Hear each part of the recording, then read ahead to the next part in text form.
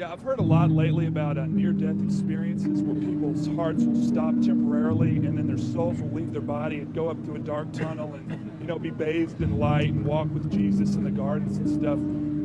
How does the Bible address that, and what do you think of that? Okay, good question. This gentleman asks, what about near-death experiences? People talk about seeing a light, a warm, bright light.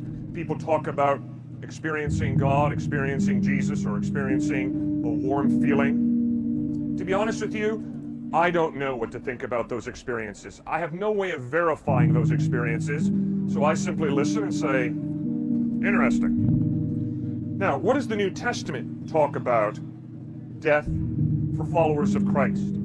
Paul writes in Philippians chapter 1, beginning at verse 20, I eagerly expect and hope that I will in no way be ashamed, but will have sufficient courage, so that now as always, Christ will be exalted in my body, whether by life or by death.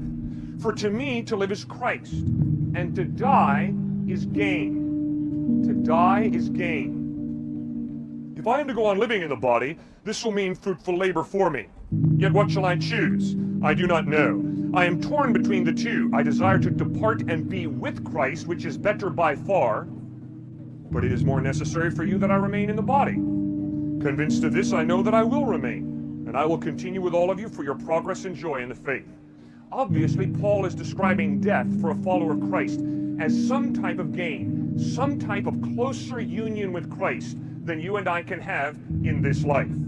He addresses that same issue in 2 Corinthians chapter 5. He writes, we live by faith, not by sight. We are confident, I say, and would prefer to be away from the body and at home with the Lord. In some way, for those of us who put our faith in Christ, when we die, although our body obviously rots, our soul, our personality, our individuality goes into the presence of Christ.